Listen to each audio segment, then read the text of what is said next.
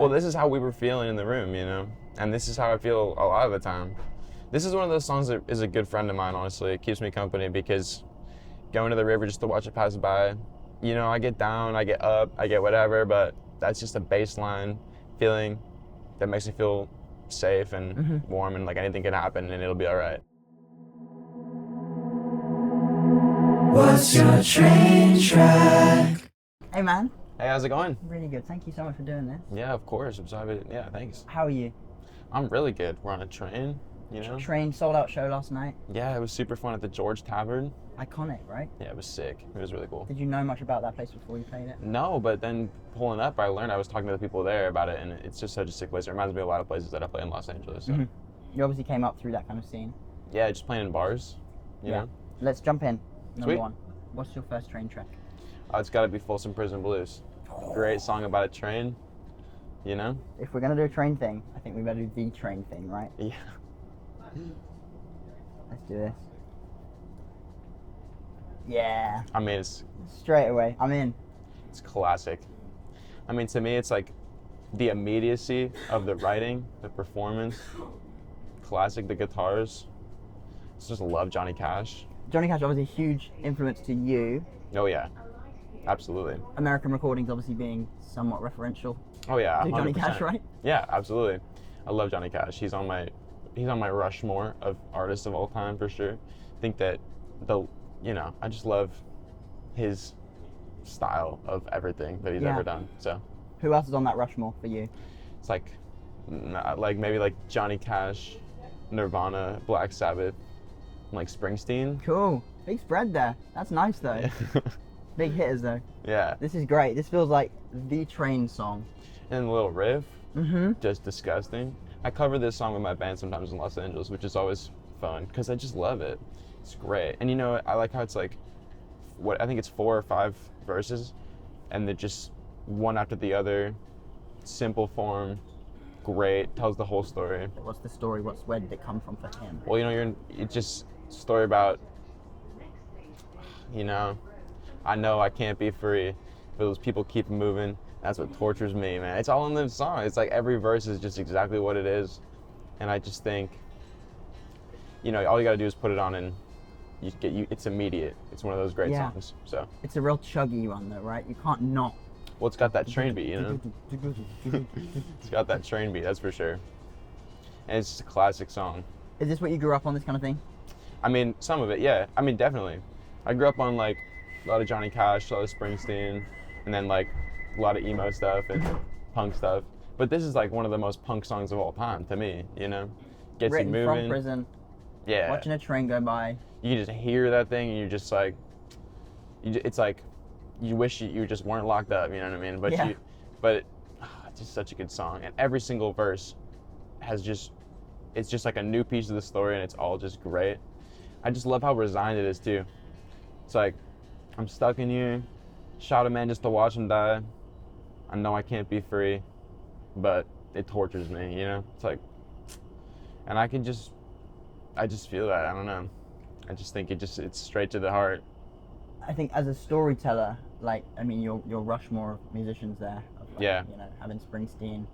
Well, I think to me, it's like the holy grail of storytelling, you know? Oh, yeah. This How song does is one of that the songs. play into your own songwriting, you feel? Well, I think that, you know, it's all about, like, there's just character in it, there's story in it, there's a real relatable feeling in it to people who aren't necessarily in that situation and to people who are in that situation, hence the performers of Folsom Prison. And I think that my favorite songs have like an immediate attitude and immediate energy. Yeah. And there's like this story that has like a depth to it. And I think like talking about the Rushmore thing, like Nirvana is the same way, like so much depth in there. But Nirvana, in my mind, leans more towards like the immediate feeling. Yeah. Immediate stuff. So this song has both, you know, and it's just great. It's got that immediate feeling, but it's also got that, okay, sit down and listen to this. And Yeah. It's like, and then as every verse wraps up, it's like, oh, every time. yeah. So yeah, I just love this song. It feels like chapters in a book each Yeah, time, which absolutely. I think I love the kind of concept album for that same kind of thing, but like this song in itself, it's not a long song. No. It says a lot in such a short space of time. Absolutely. Is that something in your own music that you're like, okay, I want to be able to Yeah. tell a story, tell a full thing within 3 minutes, 4 minutes. I think that the best songs are simple and direct, and there's juice in every line, and nothing is wasted, and the whole picture's laid out, and it just also goes. Like, it's just a sick-ass song. And it's like, it's got everything. It's a great story, simple, and it just sounds immediately so visceral and powerful, and it makes you want to move, and it makes you angry, and it's great. I don't know. And it's songs of yours, like Joel Roberts, let's say, like that's obviously telling a very clear story of something that's happened, something that's a true story, right? Yeah. Oh, Joel Roberts? Yeah. No. Not a true story? No. And where did it come from then? What's the? I think it's a story about making hard decisions, you know what I mean, and doing what you have to do. And well, you had me fooled. I fully thought, I was like, this must be like kind well, of like it is true. I've talked to people who it's true for. Yeah. So it is a true story, but it didn't happen to me. But yeah, it's just a story about, brotherly love and parental love and doing what you have to do. And I think that it's also a relatable feeling to people who haven't experienced that, like me. Like, I've done things where you're like, look, people might not understand this, but I'm going to do this because I have to do this. Sure. And, acting, like certain moments in your life really define who you are sometimes. And I think that like how you act in a moment under pressure can tell a lot about somebody. And that's what I love about the Joel Roberts song, honestly, is that it's like there's these crucial moments to show you really who you are, and like you're gonna do this thing for this person that you love, and that's just what you're gonna do, and you don't care about what's gonna happen. You know what I mean? You're saying too much. I don't know. Do with me what you will, but I'd do it again. Yeah. I mean, cool as well hearing people sing along to that song. Yeah, it's crazy. I don't know. It might feel a bit like conflicting because that's obviously like it's a serious song. Well, it's serious matters. I think that, like I was saying, like not that what I'm looking to do in music is make something that is like immediately, like I feel like you can understand the energy of that song without even listening to the lyrics, and then you can listen to the lyrics and understand it even more. But I mean, that song is like something you can nod your head to and sing along to, and that's the point. I mean, I want people to be able to sing the song, and then they can get it afterwards, the lyrics or whatever. But it just gets in their head, and I think it's a good message, honestly. I think it's like you got to do what you have to do, especially now in the world. I think that like no one's gonna. You have to make your own decisions, you know what I mean? And you have to do stuff. You have to find your community, you have to find your people, and you have to do right by them. And you can't just follow the rules all the time and expect to be in the right. Like, you got to do what you got to do. And I think that that's just real. And I guess anyone that can extrapolate their own meaning, their own relatability to that. 100%. Like something in the same subject matter. Yeah, it just comes down to some punk shit, honestly. Yeah. You just got to do what you got to do for your own reasons. And people don't have to understand it, but you know it was right. And I think that if I can get people singing along and then they can get that afterwards, that's awesome. I think a lot of people sing along because they feel that and they hear the lyrics and they can relate to that. So yeah, I think it's cool approaching the kind of music you make. I don't know what you'd call it, whether it's like emo, folk, country, Americana. That's kind of where it sits in my head from a punk perspective, I guess. So I think that leads on. Well, I just grew up in emo bands, punk bands and stuff, and like music that makes people mosh and music that comes from a really visceral place. And yeah, I think that that's what I love about Folsom Prison Blues. To me, it's a punk song. It's a visceral thing. It comes from a punk place. Yeah. Like you just write that shit and you feel it and you play it loud and you play it fast. And you hear him play that thing live. Like, the recording's old, so you got to give it something. But like, you hear him play that thing live, and it's like insanely gnarly. The amps are cranked. The riff is loud. He's singing it loud, and it's a bellowing thing. And it's like this really strong thing, and makes people want to move. And it's tough. You know what I mean? So that's my favorite kind of music. I think that that's what I'd say about that, honestly. It's great. I mean, yeah, growing up in punk, like I think I was saying before, like Frat Mouse, your previous band, I was enamored. I was such a fan of that. Oh, thanks, and then man. found your stuff separately, and then I was like, oh my god, this is the same guy. What the? And like I feel like they come from such different areas. But yeah, I mean, to me, it all comes down to storytelling. Like, they're both. I just always, my thing isn't. I don't like to subscribe to a genre or anything.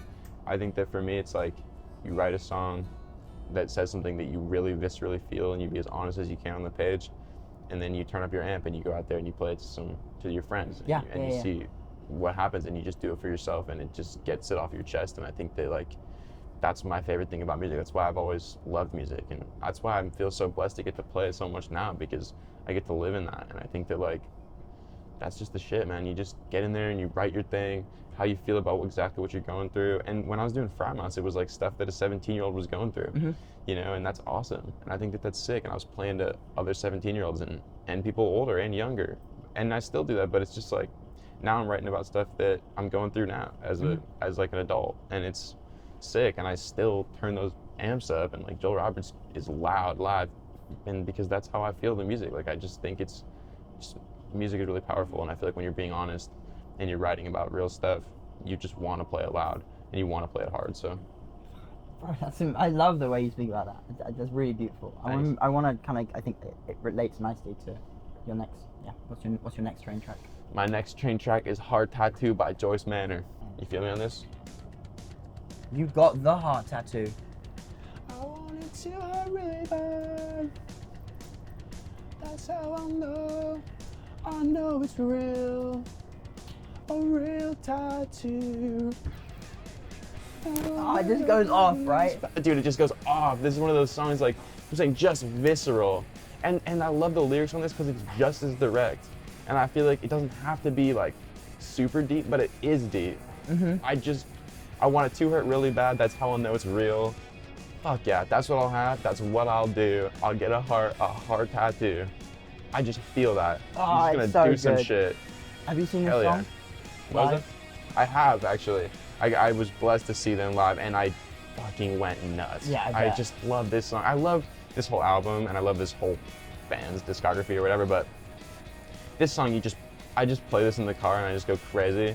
Play this in my headphones and I go crazy.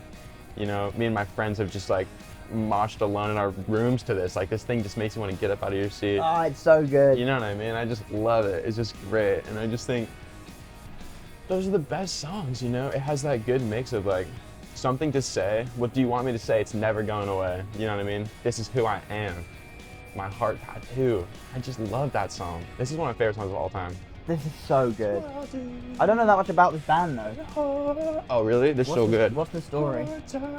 I honestly, I feel like I'm getting in the way of your moment here. No, it's okay. I just love this song. I just love this song.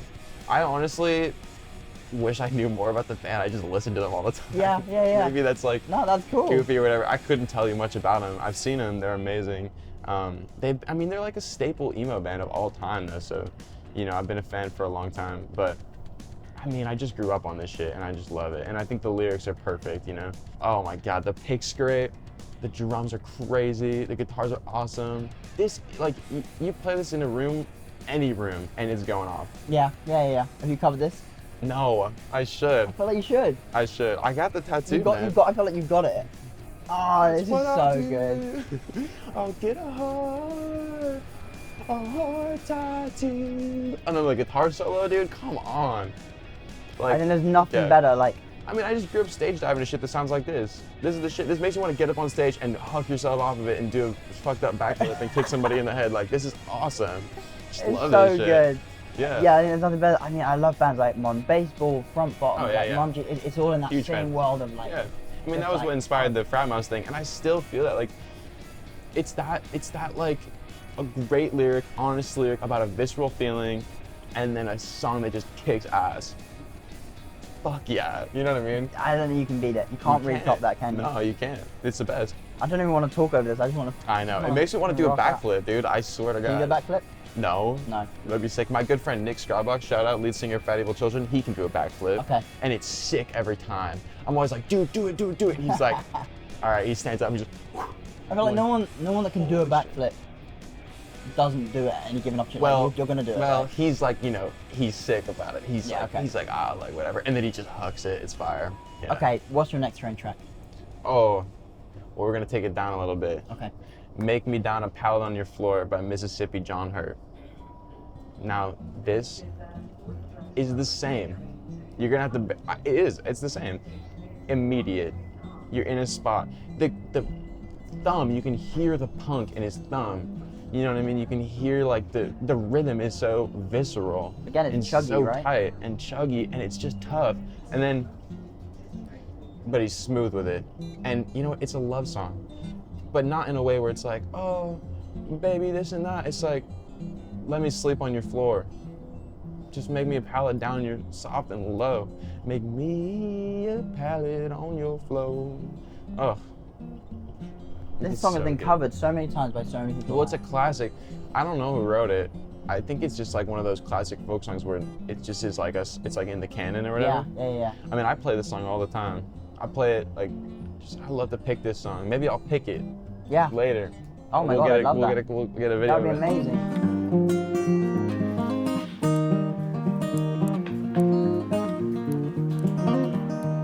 Well, make me down, pallet on your floor. Well, make me down, pallet on your floor. Won't you make me down, pallet now? Make it soft and low. Make me a pallet on your floor. Dude, like, I mean, this is just one of those songs, you know? It's just got a laid back thing, but it's like, just let me sleep on your floor. Like, just a hard-worn song, you know what I mean? You can hear it in his voice. I love Mississippi John Hurt. He's such a great player. I don't know that much about him. He's a great player. There's some story about him that I don't know enough about to speak about, but he got sort of discovered later on in life, I think, is what happened. Sure. I don't know. He's just a great player, great singer. He's huge guitar playing inspiration because I love that finger picking shit, especially when it's hard like this. You know what I mean? I can hear this in the stuff that you play as well. Yeah, he just plays it hard. Like, it's just so sick. Yeah, he's yamming that with his thumb, you know? Yeah. Like, and I just relate to that feeling of like love where you're like, just make me down a pallet on your floor. Like, I don't want to ask too much, but I just want to be near you and I'm tired. Just let me sleep on your floor. Just let me like, I'm just tired, you know what I mean? Yeah. This verse is so good. When I'm sleeping, my back and shoulders tired. This is so funny to me. It's tired. Well, the way I've been sleeping now, my back and shoulders tired. I'm turn around, try it on the other side. That's so fire. That's gorgeous. The way I'm sleeping, my back and shoulders tired, I'm gonna turn around and try it on the other side. It's like, that's how I just feel that, I don't know. Always have. But yeah, it's just immediate, simple lyric, attitude that I relate to. Mm-hmm. Fuck yeah. Are you conscious of that when you're songwriting? Are you thinking, okay, I gotta keep this like... No. Or it's just the story falls out of you and then you're like, okay, great. I just write when I feel strongly. Okay. When I'm like, fuck, that's when I write, you know what I mean? And I'm like, oh. Are there times where you sit down and you're like, okay, I'm gonna write a song today, and it doesn't come out of you? Or is it just like, it has to be on that opportunity? Well, sometimes it doesn't work, for sure. Songwriting is one of those mysterious things, like, you can't really pin it down. I've written songs in a million different ways. Like, I've had a melody in my head that I feel that makes me feel like that, and then I can't write anything, and then a month later, it comes out, which is kind of how Joel Roberts was. Like, I had that melody for like months, and then I sat down, and I was just working out different lyrics, and then I wrote a whole version of that song that was about basically nothing, but just had a bunch of cool words that I thought was like good. And at the very end, I had to kill him for my good goddaughter, and I was like, that's what this song should be about. So then I rewrote the whole thing from that. Wow. Okay, so it revealed itself to you after the fact. Yeah, it took me a long time. I was really working at that one. A song like Pale Horse I wrote in like 15 minutes. It just wrote it in my friend's room. So. Yeah. Well, tell me about that then. What's your next train track? Well, yeah, the next song is Pale Horse. This is one of the first things I found from you, from this new era of Truman, right? Yeah. What was the decision to do something solo, to do something away from the band? Was it like, okay, I'm writing songs that don't fit the band, or was it like, yeah, I just think these songs needed to come out under a different, in a different arena. Like, Frat Mouse is its own thing, and this just didn't feel like that. This just felt like something completely different to me. Yeah. So yeah, I just went with it. And this song is about enjoying the passing of time and just sitting with yourself and being okay with the world around you despite how crazy it is. Yeah. It's so good. Makes me want to cry. This is a real story. Like, this is, not to be too crazy, but this is just who I am, you know what I mean? Like. There's such beautiful imagery throughout this as well, like. Thanks. Yeah, I wasn't thinking about it, it just came out. And I played the bass on this and the guitars, and I did this with my friend Frank on a 4-track tape recorder. On like recorded to tape? Yeah, on a cassette tape. And he played this drum beat in his garage in the Bay, and then we did it in LA, and he played me this voice memo on his phone of him playing this beat, and I was like, that beat is fat, dude, let's just like loop it on the tape recorder. So we did that, and then I was playing that little lick, and then we were like, okay, that's cool, we'll put that over there. And then I was like, okay, I need to write the song now. And I just wrote it down really quickly in like a journal or whatever. and then yeah, just cut the other guitar, and he's running through all of his dad's old gear. So we like push this cassette tape super hard. You know, there's a bunch of compressors and it's super saturated. Like Yeah. it feels really rich. It's really warm. I mean, that's Frank. Frank's an insane engineer, and Yeah. he just dialed the shit out of it and played this guitar solo like one take. I just remember it was just one of those songs that it was done in like 45 minutes, and then we just sat there and listened to it for a while. And just like That's so nice. did a And little you're like- live mix, and we still have this tape that has all these songs on Pale Moon Pale Horse. It's Wow. all on one cassette, so you can listen to the tape, and it's like how we made it. It was a whole thing, and it was fun. We were really working the tape, so I'm really proud of this. I think that, I don't know, there's something cool about working with a physical medium like that, because we really pushed the limits of the It cassette does. tape. It limits you, but I think it's something I think about a lot. That I think having constraints helps you create something. You can that- hear my journal fall off my leg and hit the ground on that song. and you're like, well, that's the tape. Yeah, well, it's in there. It's like a big smack, and it's off the beat, but it's because my thing like just fell off my leg Whoa. while I was singing. I want to run it back and hear it again. Yeah. It's just one of those songs, you know, we were just doing it, having fun. It's another one of those ones similar to what you said with Joel Roberts, where like you can listen to the song and you can listen to the lyrics. Like I think those are like immediately you get the feeling Yeah. without even really listening to it. Totally. And then you listen to it and it's like, wow, I get it even more. Yeah. I mean, look, music has its own inherent energy and quality, and I think that like I love like EDM. I love dance music. When I was a kid, I would listen to Bangarang and like run around by Skrillex and like run around my house. Like it doesn't have to have lyrics for it to be so informative of like an energy and an attitude and all that stuff. And then if you do add a lyric and it comes together in the right way, that's the shit, you know? Yeah, but I think the point, well, in my opinion, the point of music is to make you feel something Yep. that the artist was feeling when creating that thing. Yeah. Like immediately, I feel this. You've just given me that extra detail. I'm like, wow, I really feel it now. You know? Well, this is how we were feeling in the room, you know? And this is how I feel a lot of the time. This is one of those songs that is a good friend of mine, honestly. It keeps me company because going to the river just to watch it pass by, you know, I get down, I get up, I get whatever, but that's just a baseline feeling that makes me feel safe and warm, and like anything can happen and it'll be all right. Yeah. Yeah, I must have listened. This was like one of my top songs last year. I love it. When my Spotify Wrapped came out, I was like, it was up there. I love it. It's just like, Thanks for listening. of course. I mean, also seeing that evolution from this, then into American recordings, that like, I think there was such a clear differentiation there, but it doesn't feel like you lost anything. It Well, doesn't to feel me, it's just a different piece of art. Like, Yeah. to be honest, like, I still love this, and I'm not looking to do something different all the time. I don't care, you know? I just get inspired by different stuff, and like American recordings, I was just like, I was alone in this like shed behind this house being like, because I made that one all alone basically. I made this with some friends, like for different friends who had different tape machines, but American recordings was like, I just want to make folk rock music in my room basically. Yeah. And it was just a different thing, and I don't want it to be like, this is who I am now, like I'm not on this or whatever. Like I just get inspired by different stuff, and sometimes I get inspired to make a cassette tape EP, and sometimes I get inspired to make a folk rock album, and I can't really explain it or say one thing over the other. No, but But I it just think is like also, some like, stuff I want to make. retrospectively now looking at all of these songs that we've played through, I feel like there's a real journey here. There's a real like sonic exploration of different corners of your mind, different corners of what makes your music now what it is. That like it comes from a punk place, it comes from like a Johnny Cash kind of place, it comes from an area of like pure introspection, but also like just wanting to create something in the moment that gives you that feeling that you're trying to convey, you know? Well, it just making music is something that is, it's like a special thing, I you think know? it's like deeply spiritual as a It's very spiritual for me. I feel like it's something that keeps me going, and it keeps me honest, and it is one of those things like, you know, you live your life and everything's so crazy, and then you sit down and you get back to I think about it like a mind palace that I have. Yeah. That's like my own secret place. And I go around and I talk to people and I do different things, but then I can just retreat into my mind palace and remember who I am and what I love about life and all those different things. And I feel like I can find different things in there that inspire me. And that's why, like, you know, I'm making new music now, music that's meant to be played live in front of people, because that's something that I've been really inspired to do, because recently I've been able to play shows in front of more people than ever because releasing music and everything. Now more people listen to it than before, for sure.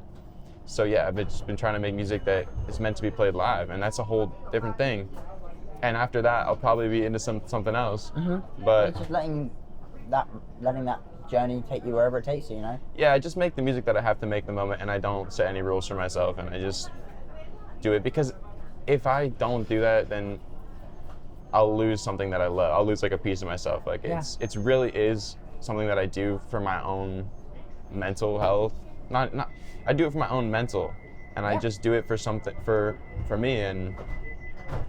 But it also gives me a community, and that's why I'm making more music that I want to play live, because I feel like all my friends and all my relationships have sprung from the fact that I'm making music, and that's awesome. Yeah. And so I think community is the biggest thing. Like, if you're doing it without that, it's hugely isolating, but like, if you've got that around you, and that's a safety net, and that's something that you're like, you know, we all rise together. It's not like a competition. It's nothing ever like, I'm doing this and you're doing that, but like, you know what, why don't we just... And you know, as I said before in this thing, it's like writing something in your room, making something for yourself, bringing it out into the world, and realizing that you're not alone in that is so powerful, because sometimes you make stuff where you're like, man, the world is so confusing, I'm gonna make something that I can understand. And then you bring it out and a bunch of other people can understand it too, and then you realize that actually the world isn't so confusing, you know what I mean? And that it does make sense, and you just have to express yourself and see other people relate to that. And I think that that's a real power of music. So that's amazing. I don't think I can say anything to top that. You got it. That's amazing. Yeah. Well, thank you so much for doing this. No, thanks for having me. It's awesome. Really, really beautiful. And thank you for taking me on this journey. I really felt like we've kind of gone like, yeah, we did the whole that thing. mind palace, you know. Yeah. This is beautiful. Yeah. That's cool. Thank you, dude. Thank of you course. so much. Yeah. Thank you. What's your train track?